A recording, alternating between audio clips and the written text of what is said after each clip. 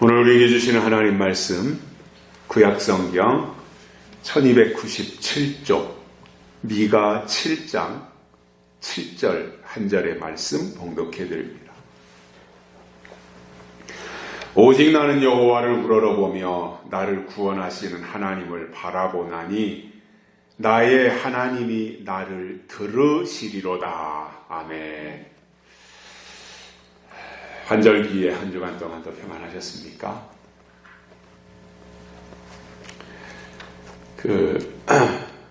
어느 교회였나 제가 정확하게 기억은 안 나는데 최근 일인데 사도신경을 하는데 제가 숨 넘어갈 뻔했습니다.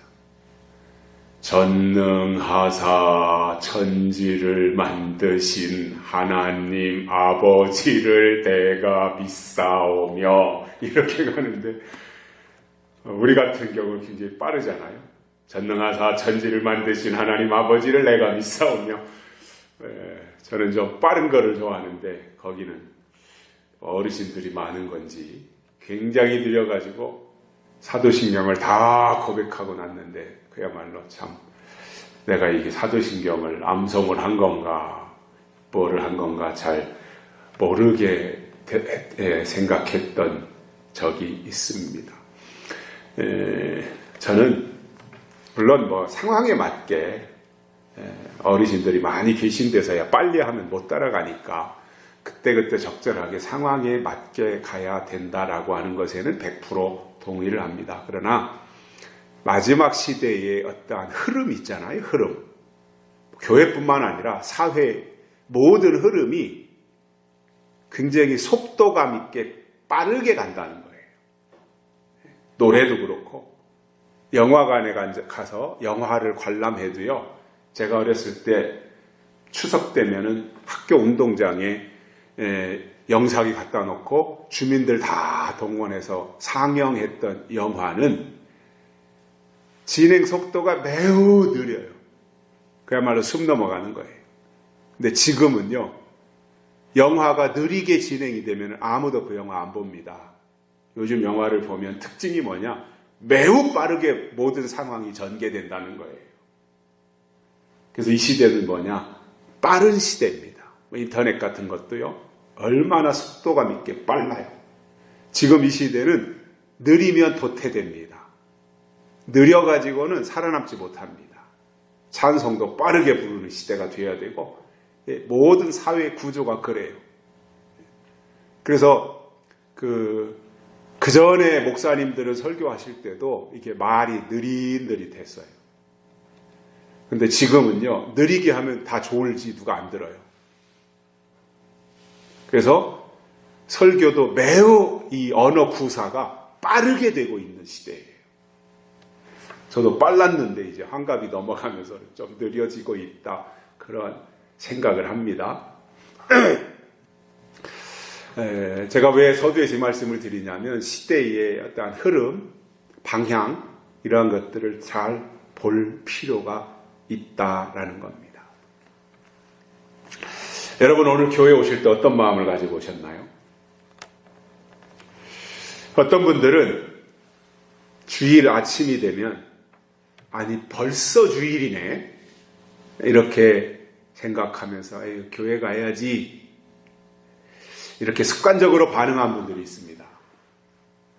그러나 어떤 분들은 오늘이 기다리던 주일인데 오늘 하나님이 어떤 말씀을 주실까 이렇게 기대감을 가지고 나오는 분들이 하나님이 주시는 은혜를 받는 분들입니다. 그래서 하나님 앞에는요 마음가짐과 사모함이 중요한 겁니다.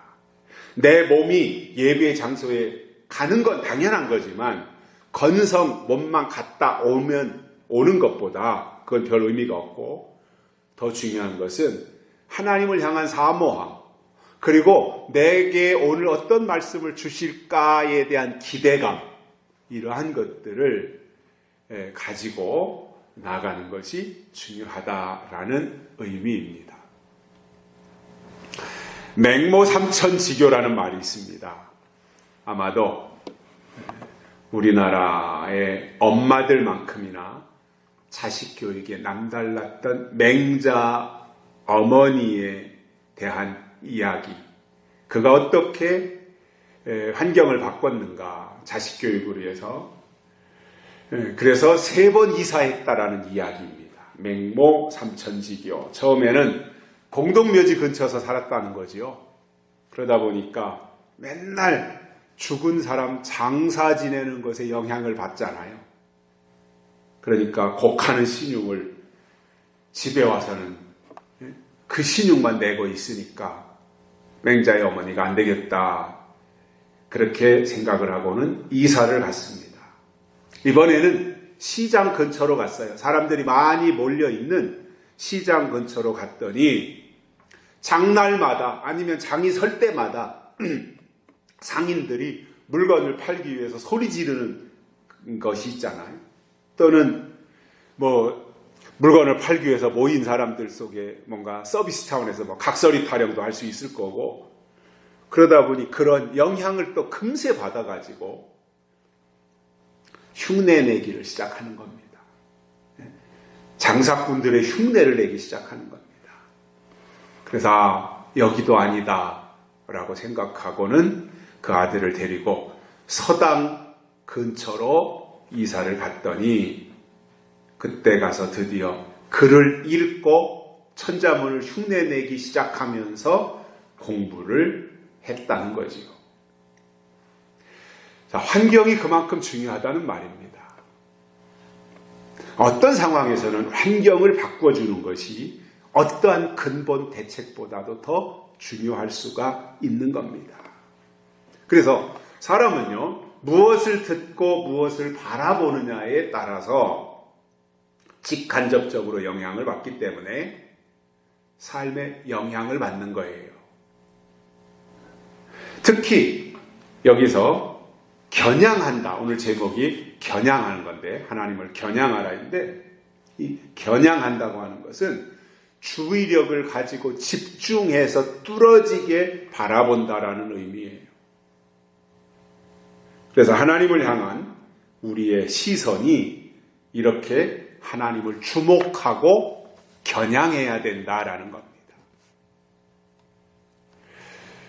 활을 쏘는 사람이 활에다가 화살을 장착하고는 관역을 향해서 활을 쏘기 전에 내가 쏠 관역을 뚫어지게 겨냥하고 초점을 맞춰서 화살을 날려야 그것이 관역을 향해서 제대로 방향을 잡고 나갑니다.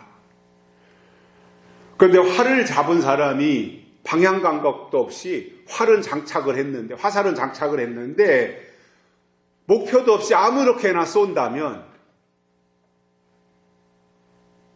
내가 지향하는 목표에 다다를 수 있겠냐라는 거지요.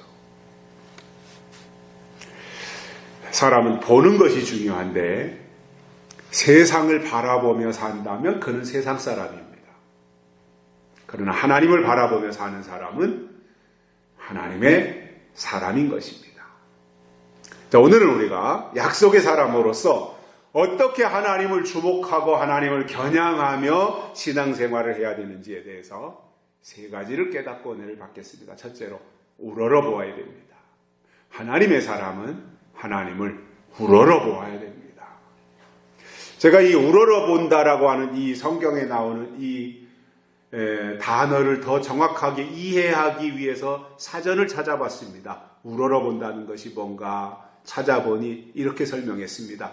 마음속으로 받들어 공경한다라는 의미예요. 마음속으로 우러나서 받들어 가지고 공경한다라는 거예요.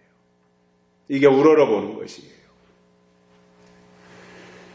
자, 하나님을 향한 우리의 마음이 그냥 개념 없이, 의미 없이, 뜻 없이 물끄러미 바라보는 것이 아니라 이와 같이 하나님을 우러러 보면서 마음속으로 받들어 공경하는 마음으로 하나님을 바라봐야 된다. 우러러 봐야 된다. 그 말입니다.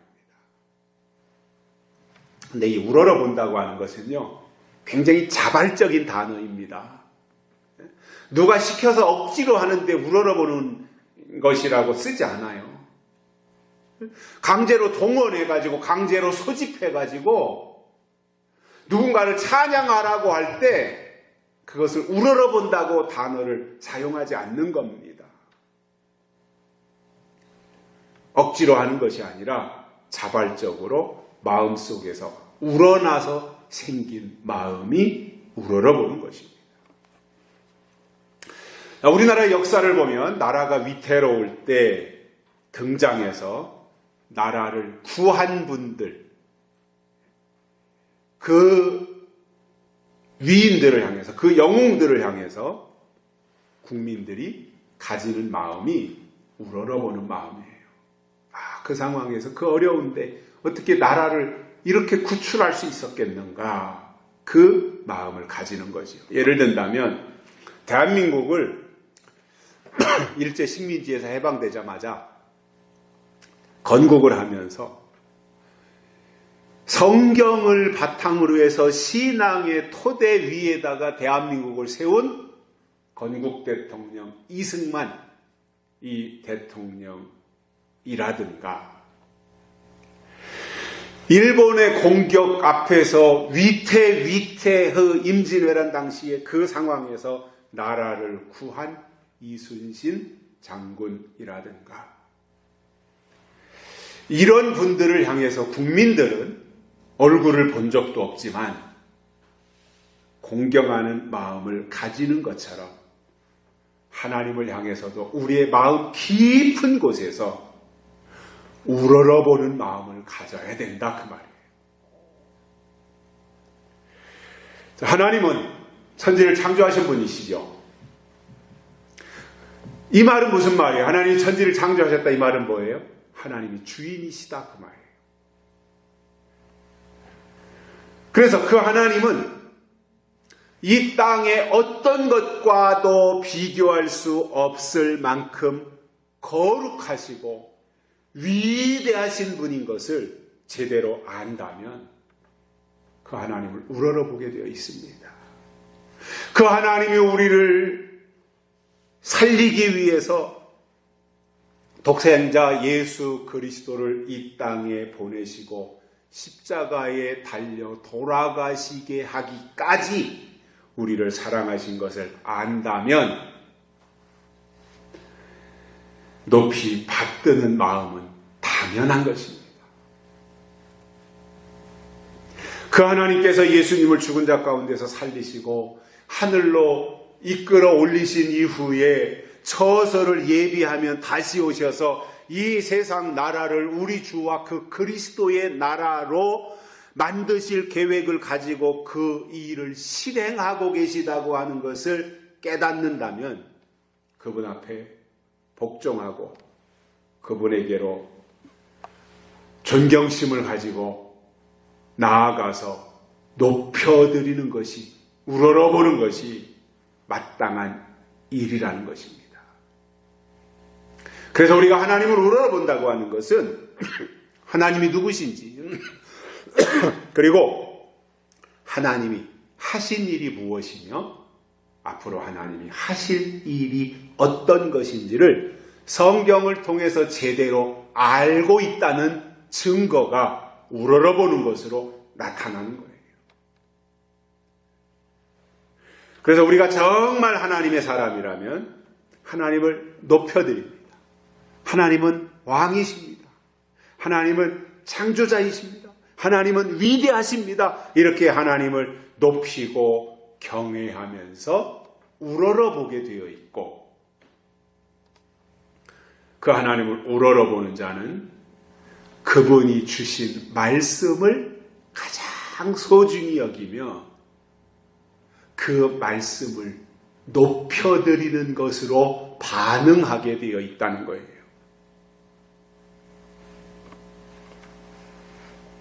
그런데 반대로, 이 말과는 반대로 보이지 않는 하나님을 우러러보고 높여드린다라고 말은 하면서 실제로는 하나님이 주신 말씀을 무시한다면 그것은 하나님을 높이는 것이 아니라 무시하는 것입니다.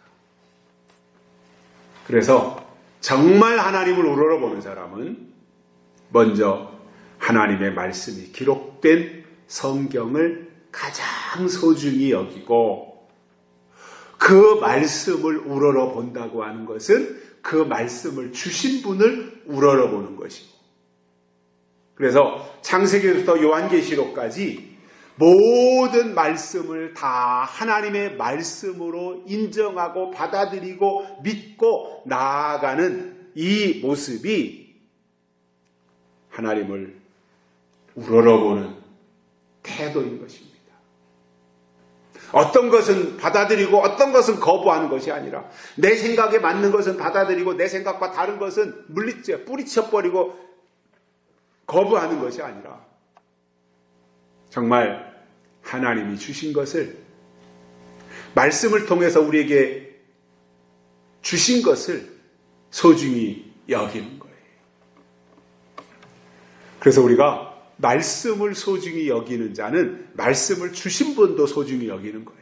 그러나 말씀을 무시하는 자는 하나님도 무시하는 거예요. 예를 들어서 왕이 암행어사를 세우잖아요.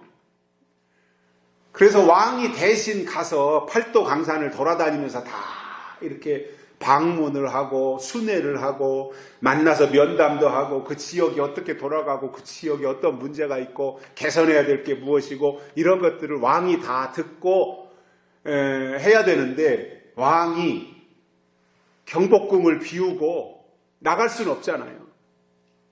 그러니까 대신 팔도의 암행어사를 뽑는 거죠. 그리고 암행어사를 왕 대신 보내는 거예요. 그 증거가 마패거든요. 그 암행어사가 가서 말을 할 때, 암행어사는 왕이 아니에요. 왕은 우리나라 2조 500년을 보면 왕은 태조 이성계에서부터 시작해가지고 이씨조선, 그들이 왕족이고 그 가운데서 왕이 나오는 거잖아요. 그 암행어사는 왕족이 아니고, 왕의 혈통, 왕이 아니고 왕이 보낸 사람이에요.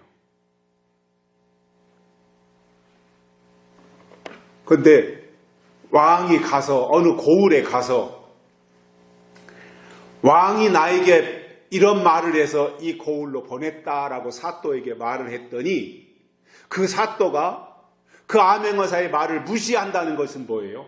왕을 무시하는 거예요. 지금도 똑같아요. 하나님이 주신 말씀을 무시하는 것은 그것을 주신 하나님을 무시하는 거예요.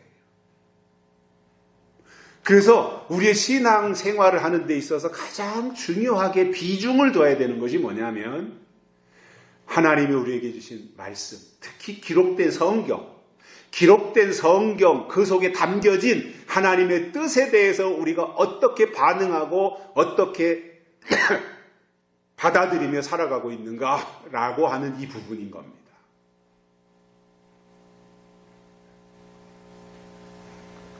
어떤 사람들을 보면 성경이 하나님의 말씀이라고 하는 것에 대해서 이론적으로 인정은 하면서 마지막 때 될 일을 기록한 요한계시록에 대해서는 시큰둥한 사람들이 있어요.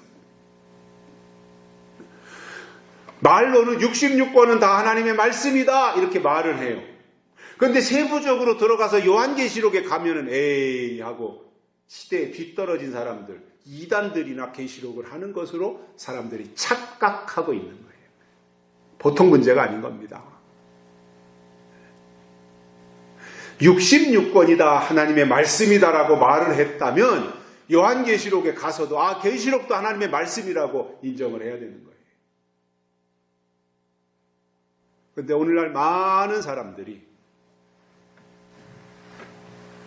계시록에 가서는 굉장히 소홀합니다. 계시록을 소홀히 한다고 하는 것은 계시록을 주신 하나님에 대해서 소홀하다라는 말입니다. 그 사람이 하나님의 뜻을 알겠습니까? 그 사람이 하나님의 마음을 알겠습니까?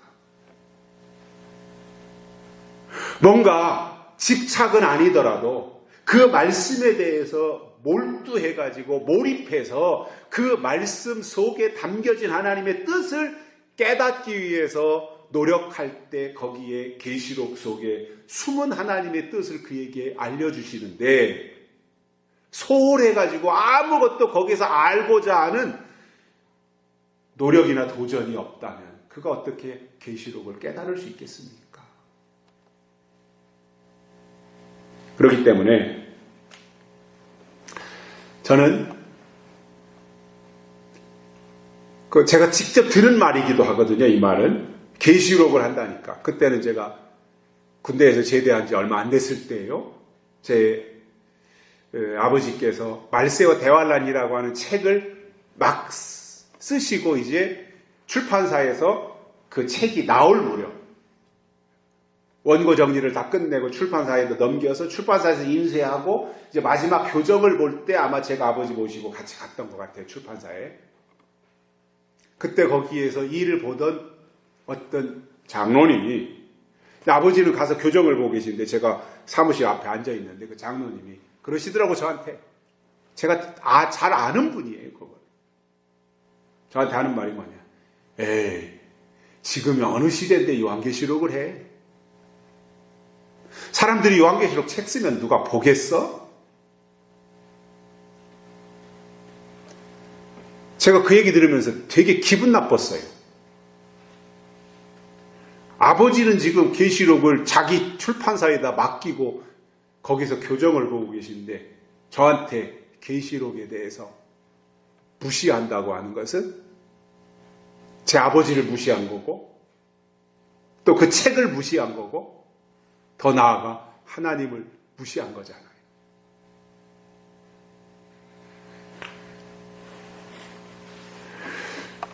그래서 오늘 이 시대에 저는 그렇게 생각을 합니다. 계시록에 대한 사람들의 반응이 어떠냐라는 거예요. 첫째, 수용하고 받아들이는 사람이 있을 거예요. 그 사람들은 영적인 사람들이겠죠. 그 다음에 궁금증을 가지고 있는데 구체적으로 설명을 듣거나 알지 못해서 읽기는 읽었는데 상징으로 되어진 계시록의 내용이 워낙 어렵다 보니까 깨닫지 못하고 이해조차 어려워서 읽기는 읽지만 내용을 파악하지 못하는 그러한 사람들이 두 번째 부류일 겁니다. 그 사람들은 어느 정도 가능성이 있는 사람들이에요. 세 번째 부류는 좀 전에 말씀드린 것처럼 지금이 어느 시대인데 요한계시록을 해? 라고 무시하는 사람들이 있습니다. 그 사람은 하나님께로부터 무시당할 겁니다.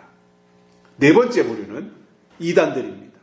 요한계시록을 가지고 자기 유리한 대로 자의적으로 해석하는 사람들이 이단이에요. 요한계시록을 가지고 자의적으로 해석하는 거예요.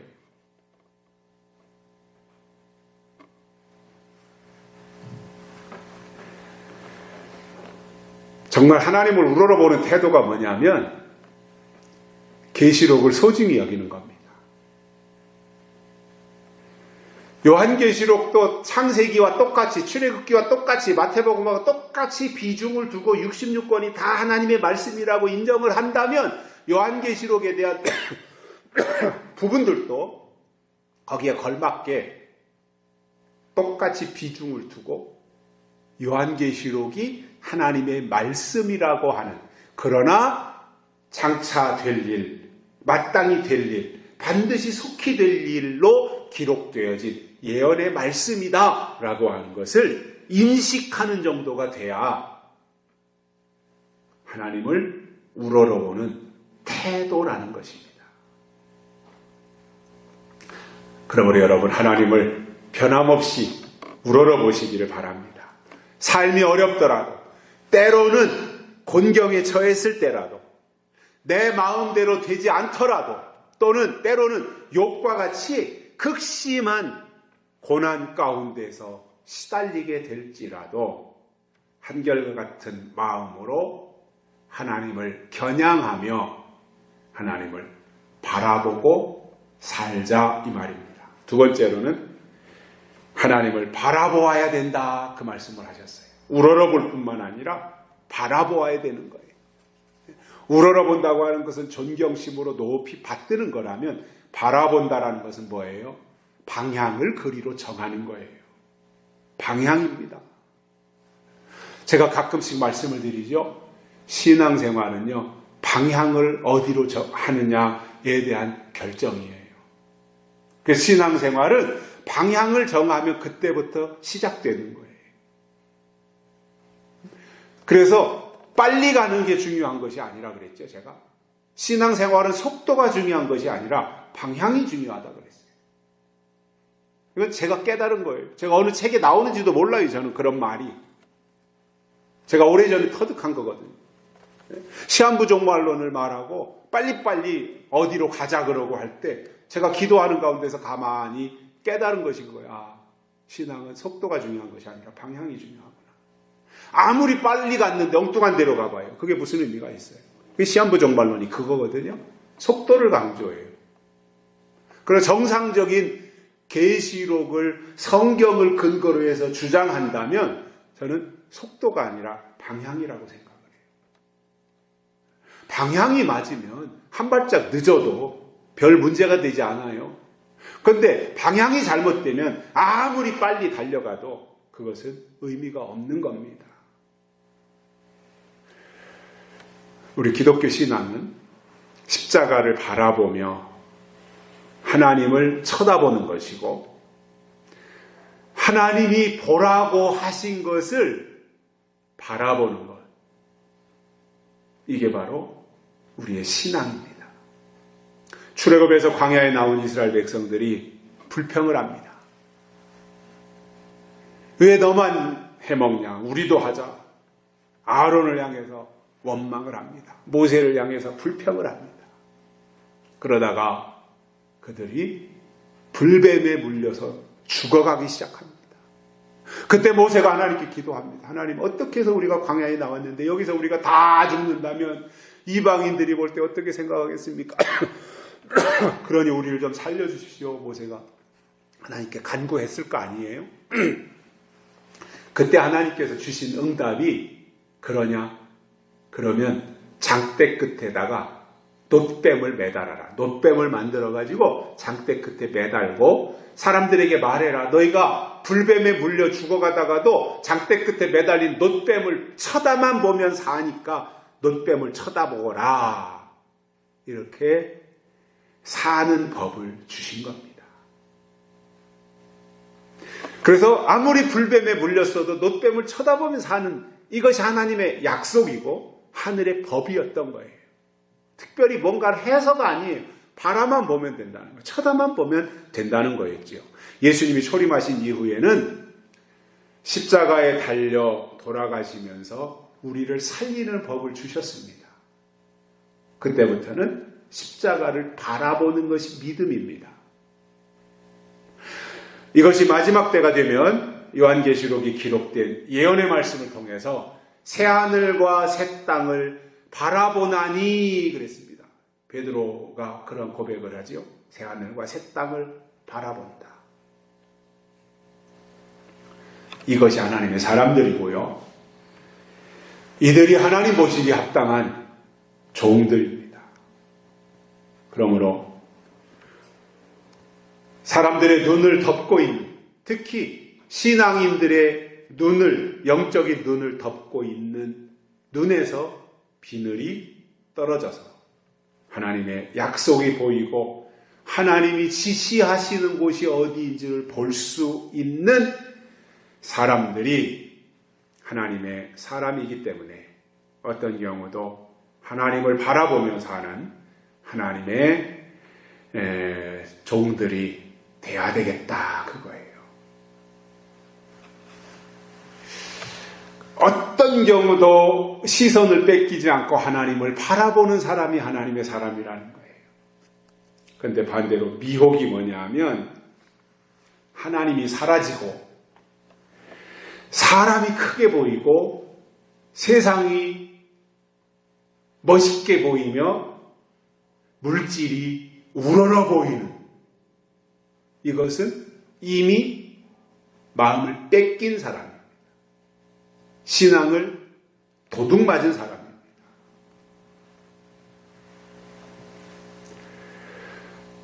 그래서 마음을 뺏긴 사람들이 세상으로 나가는 것이 미혹이기 때문에 미혹당한 심령 속에는 하나님이 계시지 않습니다. 그래서 우리가 우리의 눈을 지키기 위해서 우리의 눈에다가 안약을 사서 바르고라도 시력을 지키고 눈을 보호해서 하나님을 바라보는 일에 장애물이 없어야 된다. 지장이 없어야 된다라는 겁니다. 역대하 20장 3절에 보면 유명한 말씀이 있죠. 여호사밧이 여호와께로 낯을 향하여 간구했다라는 말입니다. 자, 모압 족속이 암몬 족속 그리고 마온 사람들과 세 나라가 연합을 해가지고 이스라엘을 쳐들어옵니다. 여호사밧이 있는 그곳으로 쳐들어옵니다. 그때 여호사밧은 모압, 암몬, 마온 이 세 나라 중에 한 나라만 쳐들어와도 꼼짝 못해요. 이스라엘은. 그들이 싸울 줄 알기로 합니까? 무기가 있습니까? 훈련을 받았습니까? 오합지졸이죠. 그냥 평범한 백성들이죠.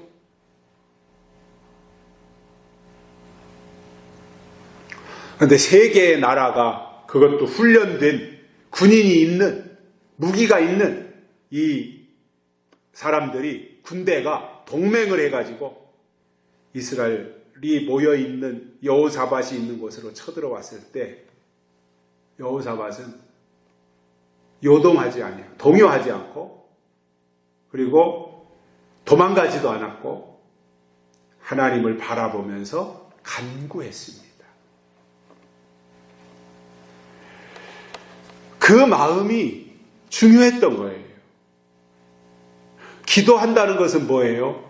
하나님을 믿는다는 거잖아요. 기도한다고 하는 것은 믿는다는 거잖아요. 그 결과 조건은 안 됐지만 하나님이 이기게 해주셨어요.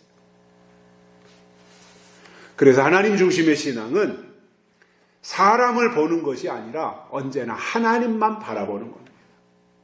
사람이 보이는 것이 아니라 하나님이 보이는 겁니다. 뿐만 아니라 정말 신앙의 사람은요, 하나님 향해서 하나님 언제 내 편이 되실래요? 하나님 빨리 내 편이 되주세요. 나 좀 도와주세요. 내 편 좀 들어주세요. 이렇게 하는 것이 아니라 진짜 신앙은요, 내가 먼저 하나님 편이 되는 겁니다. 그렇다면 우리가 어떤 경우도 곁눈질하거나 한눈 팔지 말고 어떤 상황과 처지에서도 하나님만 바라보고 사는 정말 하나님을 겨냥한 하나님을 뚫어지게 바라보는 그리고 하나님께 방향을 정하고 바라보고 나아가는 그러한 사람들이 믿음의 사람이라는 겁니다. 세 번째로는 하나님이 들으셔야 됩니다. 들으셔야 돼요. 하나님을 겨냥하고 있는 사람들은 기도를 하나님이 들으신다라는 거예요. 예수님이 말씀하신 것 중에 이런 말씀이 있죠. 구하라 주실 것이요. 즉 기도하면 하나님이 들으시겠다라는 말입니다. 그렇기 때문에 하나님이 기도하면 들으신다. 그러면 아무나 개념 없이 어떠한 의미도 없이 그냥 눈을 감고 때를 쓰듯이 억지를 부리듯이 이렇게 하나님 앞에 나와서 땡깡 부리는 것이 기도냐? 물론 어느 순간에 가서 어쩌다 긴급 상황에서 그렇게 할 때도 필요하겠지만 그러나 우리가 평상시에 늘상 삶 속에서 우리가 하나님 앞에 기도한다고 하는 것은 뭐냐면 하나님이 우리에게 주신 약속을 근거로 해서 하나님께 구할 때 하나님이 그 기도를 들으신다는 의미예요. 전제 조건이 있습니다. 그게 뭐예요? 약속을 근거로 해서라는 거예요. 그러니까 내가 하나님 앞에 구하는 기도 속에 하나님의 약속이 담겨져 있어야 되는 거예요. 그래서 설교도 말씀도 약속이 담겨져 있어야 되고, 그래야 하나님의 말씀이고, 기도도 하나님의 약속을 근거로 해서 기도할 때 하나님이 들으시고 응답하시는 거예요. 그렇지 않다면, 약속을 근거로 하지 않는다면 절간에 가서 부처 앞에 하는 거나 무당 앞에 하는 거나 고목나무 앞에 가서 하는 거나 무슨 차이가 있습니까? 우리 기독교는 약속의 종교입니다. 하나님은 약속의 하나님이십니다. 성경은 약속의 말씀입니다. 성령은 약속의 영입니다. 예수님은 약속하신 분이 이 땅에 오신 겁니다. 오신 하나님의 아들이었습니다. 우리의 기도가 어떻게 된다는 거예요? 약속을 근거로 해서 하나님 앞에 간구해야 된다는 겁니다. 그래서 기도는 하나님이 들으시도록 해야지 내가 소리 지르고 악을 쓴다고 기도가 아니라는 거예요. 예수님이 그런 말씀을 하시죠. 너희는 먼저 그의 나라와 그의 의를 구하라. 이게 약속을 근거로 해서 하나님 앞에 나아가야 된다 그 말이에요. 약속을 근거로 해서 하나님 앞에 간구해야 된다라는 말씀이에요. 그렇게 기도할 때 하나님은 금향로의 연기와 함께 그 기도가 하나님께로 올라간다는 겁니다. 계시록 8장에 그렇게 나오죠. 약속을 근거로 해서 기도할 때 그 기도가 금향로의 연기와 섞여서 하나님께로 상달되어진다 그 말이에요. 이게 기도가 중요한 이유인 겁니다. 그래서 우리의 기도가 먼저 하나님 나라에 가 있어야 됩니다. 그 기도가 어떤 기도예요? 약속을 근거로 한 기도예요. 우리가 약속을 근거로 한 기도는 그 기도가 하나님께 상달되어서 그 기도가 먼저 하나님께로 가 있는 것이고, 그러한 사람이 하나님의 사람인 거지요. 예수님께서 이 땅에 오셔서 가장 먼저 가르쳐 주신 것이 바로 기도입니다. 주 기도문 있잖아요.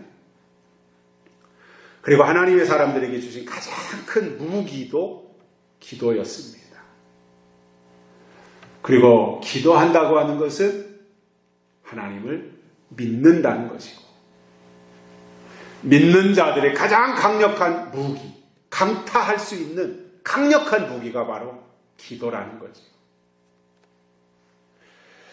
자, 우리나라가 그동안 70여 년 동안 여러 가지 과정 속에 민주화 과정이라든가 여러 혁명이라든가 피 흘리는 여러 사태라든가 이러한 과정을 겪었지만 궁극적으로 그런 과정을 하나하나 거치면서 대한민국의 민주주의가 발전되어서 지금까지 나온 겁니다. 군사독재하는 시절도 있었지만 군사독재를 통해서 대한민국의 경제 발전에 키트를 마련했던 긍정적인 면도 있었다는 거예요. 그러나 이런 과정을 통해서 거쳐 오는 동안 대한민국이 세계에 손꼽히는 위대한 나라로 자리매김을 했습니다. 그런데 지난 2017년 5월 달에 문재인 씨가 대통령에 취임을 하면서 나라 꼴이 말이 아니에요. 다 아우성이에요, 지금. 그런데 문재인 청와대 집권 초반기에는 적폐청산이라고 하는 칼날을 워낙 강력하게 휘둘러대기 때문에 사람들이 다 공포에 사로잡혀서 끽소리도 못했어요. 그리고 그 당시에는 이 대통령이 가지고 있는 권력이 얼마나 커요. 죽이고 살리고 할 수 있잖아요. 그러다 보니 그 권력 앞에 대응할 수 있는 뾰족한 방법이 없었고, 이대로 5년 임기가 채워지면 대한민국은 쫄딱 망한다. 그리고 김정은이 밑으로 들어가는 것이 아니냐. 왜냐? 문재인의 대통령 후보자 때 공약사항 중에 하나가 뭐예요? 낮은 단계 연방제 통일이었거든. 그게 그때 당시에는 설마 했는데 지금 와서 보니까 김정은이 만나가지고 하는 꼴을 보니까 북한에다가 퍼주기 하는 꼴을 보니까 이런 식으로 해서 대한민국의 성장을 낮추어서 저 밑바닥으로 내려놓고 북한과 비슷하게 만들어가지고 연방제 통일을 하려는 것이었구나. 이렇게 이제 하나하나 드러나기 시작한 거예요. 그런데 걱정은 하지만 뾰족한 방법이 없는 거 있잖아요. 그게 더 미칠 노릇 아니겠어요? 그러던 중에 지난 6월 달쯤으로 제가 기억을 하는데 한국기독교총연합회 대표회장이신 전광훈 목사님이 청와대 앞에 천막을 쳤어요. 그리고 그가 들고 나온 핵심이 뭐였냐? 문재인 하야였어요. 문재인 하야. 자격 없다. 하야해라. 그런데 처음에는 그걸 누가 들어요?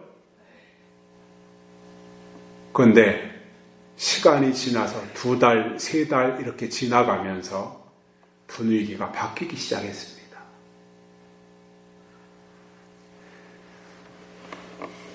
그리고 그가 주장하는 것이 맞다. 저건 근거가 있는 거다. 그러면서 그 주장에 동의하는 사람들이 하나 둘씩 청와대 앞 천막에 모여들기 시작했습니다. 그러던 것이 지난 10월 3일, 2일인가 3일로 제가 기억을 하는데 청와대 앞 도로를 점령하고 거기에 깔판을 깔고 기도하기를 시작한 겁니다. 저는 이게 신의 한 수다 이렇게 생각을 합니다. 어떠한 권력과 힘으로 문재인 정권을 무너뜨릴 수가 없어요. 왜냐? 대통령이기 때문에. 그런데 다시 나라가 위태로울 때 과거처럼 기독교가 앞장서서 기도로 투쟁하기 시작하니까 거기에 사람들이 모여들어서 매일 거기에서 철야하며 기도하는 사람들이 수천 명씩 되고 있다 그러잖아요.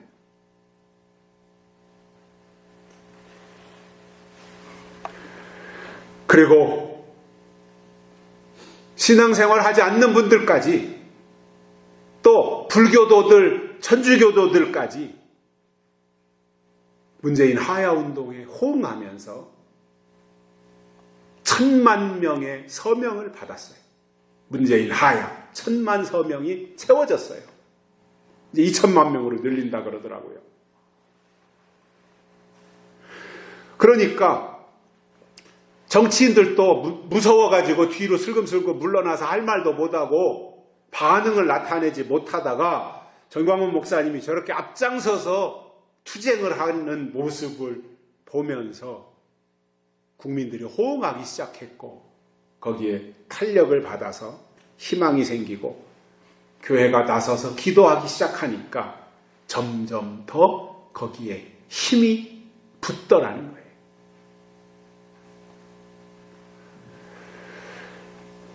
저는 교회가 나서서 기도하기 시작했다고 하는 이것이 매우 희망적이다 이렇게 생각을 합니다. 자, 제가 큐티에서도 그런 이야기를 엊그저께 했는데 한국 교회, 대한민국을 이끌어왔던 힘이 저는 삼각산 기도에 있었다고 생각하는 사람이에요. 삼각산에 엄청나게 청와대 뒤에 있는 그 삼각산에 엄청나게 사람들이 몰려서 밤마다 철야하고 기도하는 기도의 동산, 그리고 나라를 위해서 기도하는 사람들이 참 삼각산에 많았어요. 낮에도 그렇고 밤에는 이불 담요 뒤집어 쓰고 저도 20대 20살 때인가 21살 때인가 거기 몇 번 기도하러 갔었던 기억이 있거든요. 그러다가 전두환 대통령 때 들어서서 삼각산 폐쇄시켰습니다. 삼각산을 폐쇄시키고 나니까 기도가 이제 수그러드는 거예요. 기도가 점점 사라진 거예요. 그 기도의 그 삼각산에 올라가서 바위 꼭대기에서 아니면 나무 밑에서 나름대로 이렇게 터잡고 기도하던 사람들, 진짜 하루 매일마다 거기에 수백 명, 수천 명씩 금요 철야 기도할 때는요, 수만 명이 거기에 몰려가서 서울 시내에 있는 사람들이 삼각산에서 기도했거든요. 골짜기마다 다 파고 들어가서. 그러던 것이 삼각산 폐쇄되면서 이제 기도의 그 모습이 점점 사라졌어요. 그것이 이제 이쪽 그 청계산으로 일부 옮겨가긴 했습니다만은 삼각산의 기도의 세력에 비교하면 청계산 기도 동산은 세반이 피어요. 아주 미약한 거였어요. 그러면서 이제 기도의 그 불길이 교회 철야 기도 운동으로 갔지만 삼각산 기도와 같은 그러한 맹렬한 기도는 되지 못했던 거죠. 그러면서 기도가 사실상 수그러들었고 기도 운동이 식어진 거예요. 그러면서 우리나라의 이 여러 가지 어떠한 문제점들이 노출되기 시작한 거고 여기까지 온 것이다. 이렇게 생각을 하거든요. 뭐 이후의 일들이 어떻게 진행이 될지 그건 하나님이 하실 일이니까 알 수는 없지만 그러나 고무적인 것은 우리나라가 다시 기도하기 시작했다라는 이거예요. 이것은 매우 의미 있는 일이다. 성경에도 보면 기도하는 백성은 망하지 아니한다 그랬어요. 그러니 그동안은 2년 반여 동안 2년 넘도록 좌파들의 독재, 독선, 또 주사파들의 저 오만 방자한 모습들, 그것 앞에서 할 말도 못하고 입 다물고 있던 그 대한민국을 걱정하는 국민들, 보수 성향, 우파 성향, 이러한 사람들이 걱정만 했었잖아요. 그리고 한국당, 자유한국당 바라보고 있지만 자유한국당들도 겁먹어가지고 싸울 줄을 압니까? 정부를 비판을 합니까? 뭐 청와대 문재인을 향해서 뭐 쓴소리를 한마디를 하길 합니까? 아예 입 다물고 있다 보니까 점점점 더 어려운 상황으로 내려가고 있을 때 감사하게도 전광훈 목사님이 나선 거예요. 그분이 나설 이유가 없어요. 앞장서면 욕먹는 거잖아요. 목회자가 자기 목회나 하면 되지. 그 전광훈 목사님 교회도 작은 교회가 아니거든요. 한 5,000명 모이는 교회거든요. 그런 교회에서 자기 목회나 잘하고 있으면 되지. 무슨 나라를 살린다고 청와대 앞에 텐트 치고 온갖 소리를 다 들어가고 뭐 빤스 목사님 뭐 이런 얘기 들어가면서 그렇게 할 이유가 뭐가 있어요, 그분이. 그런데 나라를 사랑하는 그 마음, 나라가 위태롭다고 하는, 나라가 망했다라고 하는 그 생각을 가지고 그분이 앞장서면서 분위기가 바뀌었어요. 저는 조국이 사퇴한 것도 한국당만 가지고는 저 어림없었다라고 생각해요. 전광훈 목사님이 앞장서서 기도하면서 대규모 집회, 수백만 명이 모이는 그러한 집회도 인도를 하고 진행을 하면서 정권이 이렇게 가서는 안 되겠다. 지지율이 떨어지고 말이죠. 곧 내년에 국회의원 선거가 있는데 이대로 가서는 안 되겠다. 그렇게 위기의식을 느끼도록 만든 것이 바로 청와대 앞 기도운동이었다. 이렇게 생각을 하고 그분이 앞장서서 현 정권과 싸우기 시작하니까 거기로 힘이 집결된 거예요. 그러니까 지금은 좌파들이, 그동안에는 광화문이 좌파들의 산물이었어요. 좌파들이 거기서 집회했다 하면 거기서 모였어요. 그런데 전광훈 목사님이 광화문을 장악한 뒤로부터는 좌파들은 광화문에 얼씬도 못해요. 왜냐? 자기들이 과거에 박근혜 탄핵시킬 때 광화문 집회에 모였을 때 200만 명이 모였니 300만 명이 모였니 했거든요. 그게 구간이 빤해요. 광화문 사거리에서부터 경복궁 앞에까지 거기인데 거기에 200만 명, 300만 명 모였다 그랬어요. 자기들이 그렇게 주장을 했거든요. 그런데 전광훈 목사님 집회에 경복궁 앞에서부터 광화문 사거리 서대문 쪽으로 종로 쪽으로 시청 앞으로 해서 저 대한문까지 그야말로 수백만 명이 모인 거예요. 그러니까 촛불 집회 때 모였던 인원을 자기네가 부풀릴 대로 10배, 20배 부풀려서 200만 명, 300만 명 얘기했는데 진짜로 전광훈 목사님 집회하면서 경복궁 앞에서부터 서울역까지 쭉 물결이 이어지니까 비교가 안 되는 거예요. 게임이 안 되는 거예요. 그러니까 자기들이 이제 광화문으로 왔다 가는 숫자가 탄로나니까 못 오는 거예요. 그리고는 뭐 서초동으로 가니 국회 앞으로 가니 그 일을 하고 있더라는 거예요. 제가 이런 말씀을 드리냐면 교회가 나서고 교회가 기도하기 시작하니까 나라를 구출할 수 있는 희망이 생겼다라는 겁니다. 나 잘되게 해달라고, 나 복받게 해달라고 기도하는 것이 아니라 그 청와대 앞에 모인 사람들이 한 3,000명, 4,000명 되는 사람들이 매일같이 모여서 나라와 민족을 위해서 기도하고 있으니 그 기도의 위력이 얼마나 크겠습니까? 저도 이런 얘기하는 게 저도 별로 유쾌하진 않아요. 뭐냐면 사실상 그동안 여러 명의 대통령들이 있었잖아요. 이승만 때부터 박정희 거치면서 전두환 거치면서 노태우 거치면서 김영삼, 뭐 김대중, 뭐 노무현 이런 거치면서 이제 문재인까지 왔는데 사실상 그동안 교회는요. 누가 대통령이 됐든 그 대통령이 대한민국을 잘 이끌어가도록 교회는 뒤에서 기도해 줬어요. 그 대통령을 위해서. 근데 이번에는 워낙 이게 이념적으로 문제가 있고 사회주의로 가니까 기도하는 것이 아니라 교회가 나서서 문재인 하야를 주장하고 있는 겁니다. 왜냐? 사회주의는 교회가 도저히 용납할 수 있는 부분이 아니거든요. 사회주의는 무신론이거든요. 사회주의는 하나님을 인정 안 하거든요. 근데 교회가 한국 교회가 대한민국의 사회주의로 가는 것을 용납할 수 있겠냐는 거예요. 이것을 용납한다면 그는 올바른 의식을 가진 사람이라고 볼 수가 없는 거지요.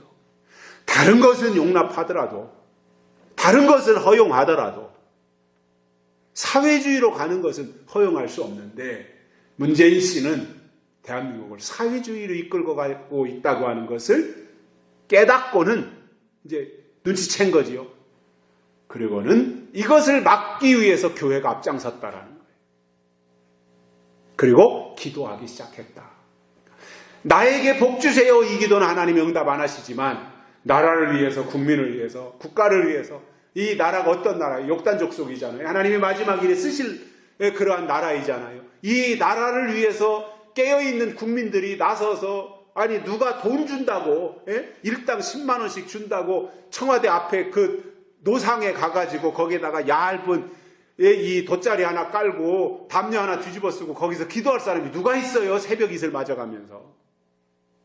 근데 누가 시켰습니까? 자발적으로 나와서 마음에 감동이 오니까 그렇게 모여서 기도하기 시작하니 그게 얼마나 귀한 일인가. 그래서 저는 제가 참석은 못하는데 그런 어젠가 그런 기도를 했어요. 하나님, 제가 가진 못하는데 가고 싶지만 가진 못하고 있는데 거기서 철야하면서 기도하는 분들을 지켜주시라고 그분들을 위해서 제가 기도했다니까. 그렇게라도 힘을 보태고 싶어가지고. 자, 우리가 기도하는데 내 입으로, 내 말로, 내 생각만 가지고 말하는 것이 중요한 것이 아니라 하나님이 들으시는 기도, 하나님이 받으시는 기도를 하는 게 중요하다라는 겁니다. 제일 중요한 게 뭐겠어요? 그의 나라와 그의 의를 구하는 거예요. 그 다음으로 하나님의 뜻이 하늘에서 이루어진 것처럼 땅에서도 이루어지게 해달라고, 즉 요한계시록의 예언의 말씀이 이 시대에 이루어지게 해달라고 새하늘과 새 땅을 바라보면서 그 역사가 오늘 이 시대에 하나님의 정한 때에 이루어지게 해달라고 기도하는 그 기도를 하나님이 들으실 것이다.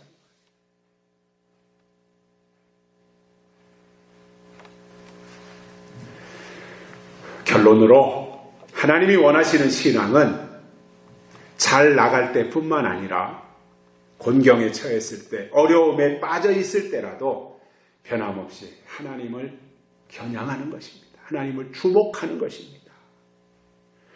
하나님은 한 번도 지금까지 우리를 실망시키신 적이 없어요.